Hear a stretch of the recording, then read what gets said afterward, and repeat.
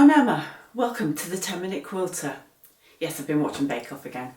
How are you? Are you well? I hope so. You'll have to forgive me. This is about the fourth time I've started recording this, but I've got two extra bodies in the house. My son and his partner have come back home. So if you hear voices and noises in the background, it's just them. But it makes you really self-conscious when you're recording because you're aware that there's somebody else in the house. Normally I'm on my own when I do this, so it's a bit strange. Anyway, I hope you're all well. I know that some of you over the other side of the pond are heading into your Thanksgiving weekend, so I do hope that you have a good weekend with family and friends. The rest of us, we're all sort of starting that big push up to Christmas now, aren't we? So good luck with that one. Breathe, remember it's just one day in the year. But I know people who are all Christmas presents bought, they're all wrapped, their cards are written, food orders are in, you know. Are you that kind of person? I'm not. I'm very much a sort of last minute lil wing it, fly by the seat of my pants type girl. And every year I say to myself that I'm going to be more organised and I'm going to get control, and it's not going to be that frantic rush at the end, and every year I fail. It's always the same. Every year it's the same. But we get there in the end, which is the main thing, isn't it? I suppose, really. Did you have a chance to have a little look at my block tutorial that I did? I hope so. Let me know what you think. Did it work? Did it work? I think it did. I learned a few things. Be kind, because it is the first one I've done. I think the music was perhaps a little bit off for it, so that's something that I will work on for the next one. But yeah, if you did get a chance to have a go, please do let me know. I'd be interested to know your thoughts. This block came about because we did a class. I'm falling off my chair. I'm trying very hard to sit straight, you know. Go on, stop slouching, sit up. This block came about because we did traditional bias binding Celtic knots in class, and I teach the same class about 4 times in the month. But after the first one, I just knew it wasn't going to be a winner. It was just not a disaster, but it just didn't grip people in the same way that other classes do. So I decided for the next month that we would go back to sort of basics, and we would just piece a Celtic knot instead with rotary cutting and piecing that way. So I have EQ8, which is Electric Quilt 8 on my computer, which is a design software which allows you to go in and choose blocks or design your own, and you can then throw them in and change the colours. You can put fabric representations into them, you can alter the sizes, you can do so much with it. You can design quilts, you know, table runners, wall hangings, whatever you like with it. So I went into EQ8 and I found this block that I liked, that I thought would piece up really nicely. But looking at it, it didn't look like it was going to be that easy to piece. So I threw it onto the block work table, which allows you to edit and change blocks as you see fit. So I added some extra lines into the block that I thought would make it easier to piece further along the line. Once those lines had been added, I could then add some colour to it and then decide whether I was going to make just one block, or if I wanted to continue and make more, what it would look like. This is what it looks like as a table runner with 3 blocks. But I think it would also look very nice as a full-size quilt as well. So you join me as I am about to load my table runner onto the frame to get it quilted, and I'm in danger of making this the most complicated table runner in history. So I've decided to get a grip of myself and it's a table runner, for goodness sake.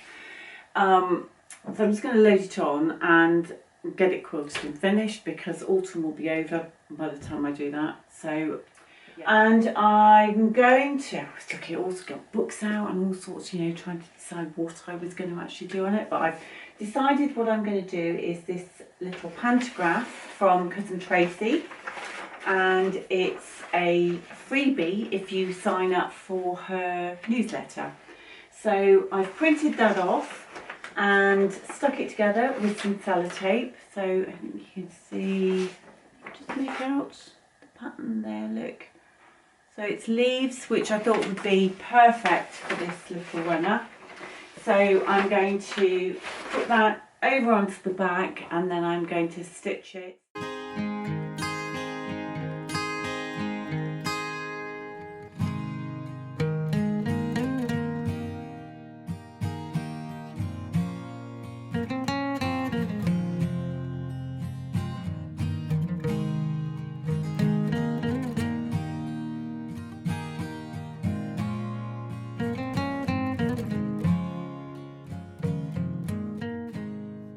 And here it is, all finished and bound, done. I unfortunately didn't have any more of these two fabrics because I used fat quarters. So by the time I'd made my 3 blocks for my runner and my sample block for my tutorial, I didn't have any fabric left. So I just chose a nice little brown that I had in my stash to do the binding with. Machine bound and then hand stitched down on the back.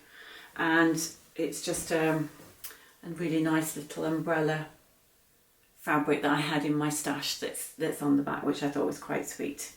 So I think it looks really nice put together. The pantograph worked really nicely. As I said, it's the Ivy Leaf Panto and Border by Tracy Pereira, which is a freebie if you sign up for her newsletter. Now, if you're not a long armour, but you still like the panto, then join me next time, because I've got a nice little hack that I think you might like if you wanted to use this on one of your projects. If you are making a quilt, the other thing that you could also do, there is a join that goes through these in the middle of these blocks between them. If you didn't like that, you could replace that with a 6.5 inch square instead. It just means that you would piece slightly differently, because you would have to piece that section and then that section. So it would be pieced slightly differently, but it would do away with that join between the blocks. It doesn't really bother me that much. By the time it was quilted up, I don't think it's that noticeable, to be perfectly honest. So I think that works quite well.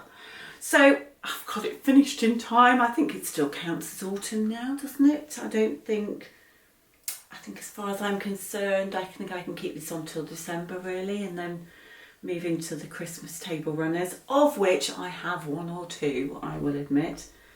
So yes, I'm very, very pleased with it, and I hope it maybe inspires you to have a little go at it.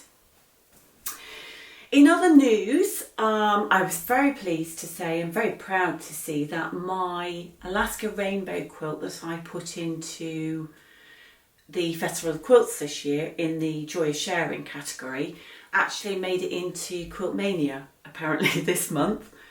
I haven't actually been able to source a copy of it myself, but a friend did send me a picture, which was really kind of her. So thanks, Jen, for that. I appreciate it. So other finishes. I've got this little pouch. I belong to my local quilt group, and we had a little bit of a challenge this year, which was red, white and blue.